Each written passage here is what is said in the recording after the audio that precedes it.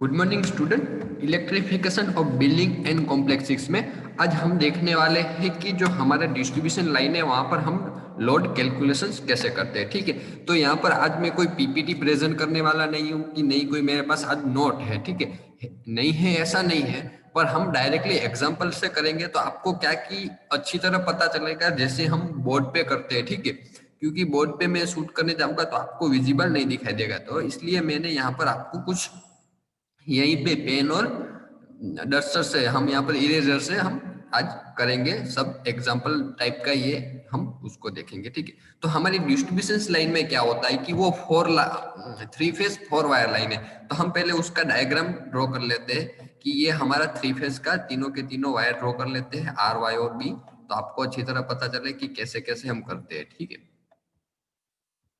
तो हम कुछ जस्ट एग्जांपल भी लेंगे कि कैसे करते हैं। तो हमने यहाँ पर आर वाई बी ऐसे 3 वायर ड्रॉ कर दिए। मैं आपको मार्किंग नहीं करता क्योंकि यहाँ पर टाइम और कंज्यूम कर जाएगा, हम डायरेक्टली आर वाई बी नहीं कर सकते, इसलिए तो आप थोड़ा बहुत मार्किंग में नहीं ना भी करूँ तो आप थोड़ा समझ लेना। ठीक है, तो ये तीनों के तीनों लाइन है, आप समझ लीजिए कि आपकी जो सोसाइटी में एक क्या बोलते हैं कोई स्ट्रीट है वहां तक आती है। ठीक है, तो आप हमें यहाँ पर कुछ ऐसे लोड यहाँ भी दिखा देता हूँ कि कोई एक पहला जो उसका घर है वो एक है, यहाँ पर दूसरा घर है, ठीक है, यहाँ पर तीसरा घर है, फिर यहाँ पर एक कुछ जनरल स्टोर और कुछ फ्लोर मिल जैसा है, फिर यहाँ पर तीसरा चौथा घर है, तो इस तरह। ठीक है, तो आप देखिए यहाँ पर कि ये घर है, उसको सिंगल फेज सप्लाई की जरूरत है, तो उसको ये फेज में से और ये न्यूट्रल में से दे दिया। फिर इस घर को सिंगल फेज की जरूरत है, इसको भी दे दिया। फिर इस घर को ये शायद में भी बड़ा हो तो उसको 3 फेज की जरूरत, 3 4 ऐसे यूज करते हो। ठीक है, तो यहाँ पर मैंने ये बॉक्स की है, उसके ऊपर से नहीं ये कि छोटा बड़ा हम एज्यूम करके चलते हैं, तो इसको 3 फेज सप्लाई की जरूरत है तो हम यहाँ पे उसको 3 फेज सप्लाई देते हैं। ठीक है, तो हमने ये 3 फेज सप्लाई दे दिया। ठीक है, फिर ये हमारे कुछ जनरल स्टोर और फ्लोर मिल है, तो उसको भी 3 फेज सप्लाई की जरूरत पड़ेगी क्योंकि फ्लोर मिल की जो मोटर्स है वो 3 फेज सप्लाई पे स्टार्ट होती है, तो यहाँ पे भी हम उसको 3 फेज सप्लाई दे देते हैं। ठीक है, इसको भी, और ये सिंगल फेज सप्लाई से चलता है, तो ठीक है हम इसको भी सिंगल फेज सप्लाई दे देंगे। ठीक, तो यहाँ पर हमने क्या किया कि 3 जो हमारे घर थे वो सिंगल फेज पे चलते थे, 2 है वो उसको 3 फेज की जरूरत है, एक जनरल स्टोर वो दुकान है। ठीक है, तो तीनों को तीनों फेज में से एक एक फेज और एक न्यूट्रल दे दिया सिंगल फेज के लिए, वो चल जाएगा, और ये तीनों दोनों 3 फेज थे तो 3 फेज फुल हमने दे दिया। ठीक है, तो अब हम थोड़ा बहुत लोड मेंशन कर देते हैं कि किसको।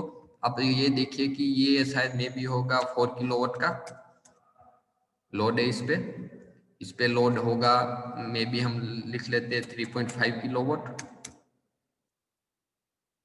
ठीक है, ये 3 फेज है तो हम उसका लोड कितना लेंगे, मे बी लिखते हैं 8 किलोवाट। ठीक है, हम यहाँ पर सिर्फ एज्यूम करके एग्जाम्पल करके, फिर ये फ्लोर मिल है तो इसका हम लिखते हैं 15 किलोवाट। ठीक है, और ये सिंगल फेज है तो हम इसका लिखते हैं 2 किलोवाट। हम ये कोई एग्जाम्पल नहीं है, तो आपको ये जस्ट एग्जाम्पल तरीके से आपको अप्रोच करते हैं कि आपको और ज्यादा समझ आए। ठीक है, तो अब हम सबका लोड हमारे पास है। ठीक है, फिर हमें यहाँ पर बिठाना है एक ट्रांसफार्मर, तो इस ट्रांसफार्मर का रेटिंग कितना रखेंगे क्योंकि वो तो हमें केवीए में चाहिए ना। ठीक है, तो हमें केवीए में ट्रांसफार्मर में लोड कैलकुलेशंस करने हैं डिस्ट्रीब्यूशन लाइन में, तो हम कैसे करेंगे। ठीक है, तो ये सब एक स्ट्रीट का हमें आ गया कि इतना हमारा लोड है, तो पहले हम क्या करते हैं कि सभी के सभी जो लोड है उसका कैलकुलेशन कर लेते हैं। 4 + 3.5 + 8 + 15 + 2।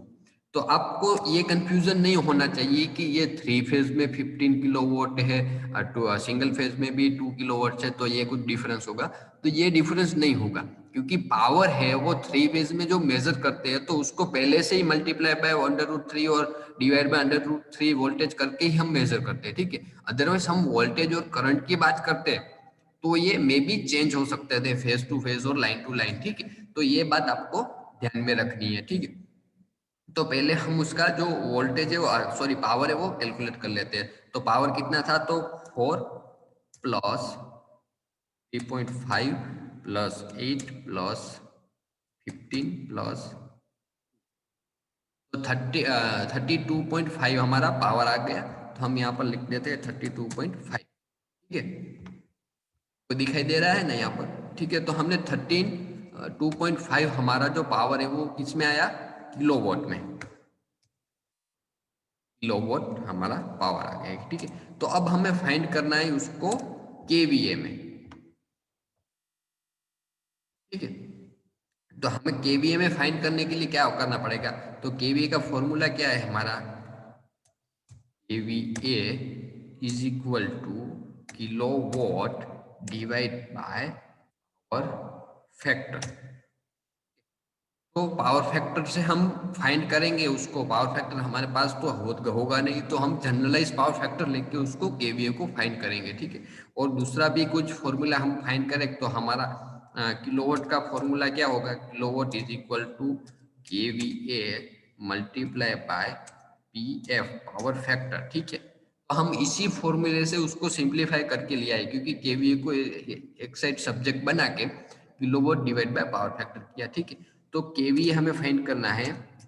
केवीए इज इक्वल टू क्या, हमारा जो लोड कितना है 32.5 पॉइंट डिवाइड बाई कितने, हम जनरलाइज पावर फैक्टर कितना लेते हैं, ले कोई रूल नहीं, हम 0.8, 0.82, 0.8, 0.85 ले सकते हैं। ठीक है, तो इतना रखना है आपको, 9 अब नहीं जाना है, क्योंकि मोस्ट ऑफली यहाँ पर इंडक्शन मोटर्स यूज होती है, फैन से रिलेटेड ये सब इंडक्शन मोटर है, तो ये 8 के करीब ही आएगा। एक दो पॉइंट ऐसे वैसे आपको चलेगा, मतलब 8.5 तक चलेगा, नीचे 7.5 तक 0.75 तक चलेगा। ठीक है, तो ये अपना, तो हम यहाँ पर पूरा 8 रखते हैं, तो आपको समझ में आए। ठीक है, तो हम फिर से कैलकुलेट करते हैं कि हमारा केवीए कितना आएगा, केवीए रेटिंग, तो 13.5 डिवाइड बाय हमारा क्या होगा 0.8, तो हमारा जो केवीए रेटिंग आएगा वो आएगा 14.62, 40.62। ठीक है, तो अब हमें फाइंड करना है कि एक जो हमारा आर फेज है उस पर कितना लोड है, वाई फेज पर कितना लोड है, बी पर कितना लोड है। ठीक है, तो आप देखिए कि यहाँ पर जो लोड है वो डिवाइड होता है, ये तीनों के तीनों, तो तीनों में इक्वल डिवाइड होगा तीनों फेज में, तो हम उसके हिसाब से करेंगे कि 8/3 इज इक्वल टू, तो हम फिर से कैलकुलेट करेंगे 8/3, तो 2.66 लोड पर फेज आएगा, और 15/3, तो हमारा होगा वो लोड कितना आएगा पर फेज 5। आप इस तरह से हम फाइंड करेंगे, तो हम R just for R phase के लिए करते हैं ट्राई। ठीक है, तो आर फेज पे लोड कितना है, तो पहले ये 4 किलोवाट का समझ में आ रहा है ना आपको, फिर आर फेज पे दूसरी कौन सी लाइन जुड़ी है, ये 8 किलोवाट वाली। ठीक है, तो उसका हम डिवाइड करें एक फेज में, तो कितना आएगा 2.66 प्लस ये, फिर आर फेज में कौन सी लाइन जुड़ी है यहाँ पर देखिए आप, आर फेज में तो 15 वाली प्लस 15, तो कितना हुआ हमारा लोड 15 का, पर फेज की मैं बात कर रहा हूँ, तो 5, तो हमारा लोड कितना होगा 9 प्लस 11 प्लस 12 पॉइंट, सॉरी हम यहाँ से कैलसी से कर देते 2 प्लस सॉरी 4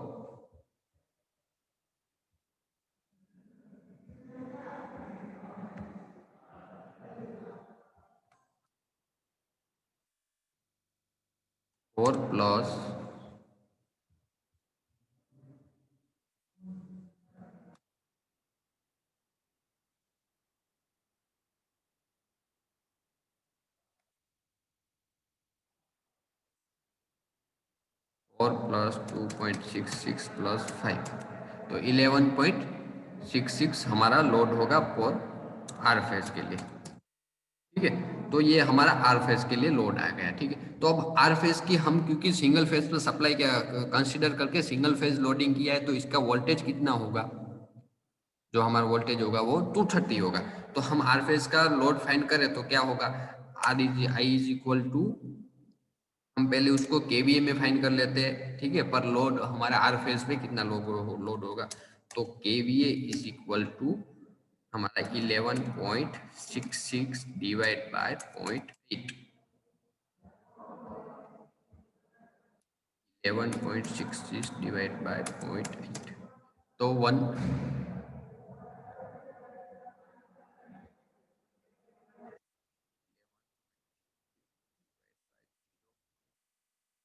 तो 14.57 हमारा केवीए लोड होगा, इक्वल टू 14.56। ठीक है, तो ये हमारा आर फेज का लोड हुआ। अब हम फाइंड करेंगे कि हमारा करंट कितना होगा। ठीक है, तो करंट फाइंड करने के लिए हम क्या करेंगे, तो KVA is equal to V multiply by I होता है।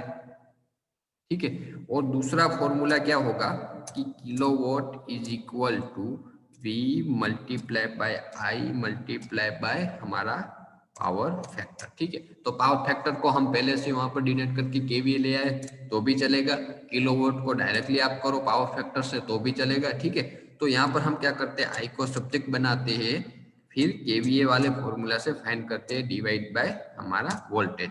तो क्या होगा, केवीए कितना आया 14.57 डिवाइड बाय वोल्टेज कितना 230 इज इक्वल टू, तो हमारा वोल्टेज कितना आएगा, तो यहाँ पर केवीए तो हमें थोड़ा बहुत को मल्टीप्लाई करके ही लिखना पड़ेगा, मल्टीप्लाई बाय 1000, क्योंकि केवीए इसलिए डिवाइड बाय हम करेंगे 231। तो हमारा पर जो एम्पियर लोड है आर फेस में वो कितना है 63.36 एम्पियर लोड आएगा। ठीक है, 63.36 एम्पियर इन,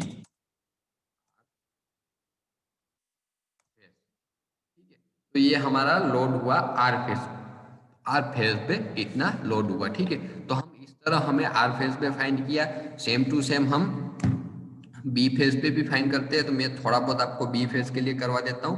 फॉर, तो बी फेज के लिए लोड कितना है, पहले तो 3.5 प्लस फिर 8 वाला जुड़ा है मतलब 2.66, और ये बी के लिए टोटल लोड आएगा इज इक्वल टू कुछ होगा वो kilowatt load B phase के लिए। फिर हम फाइंड करते हैं और वाई फेज के लिए। अब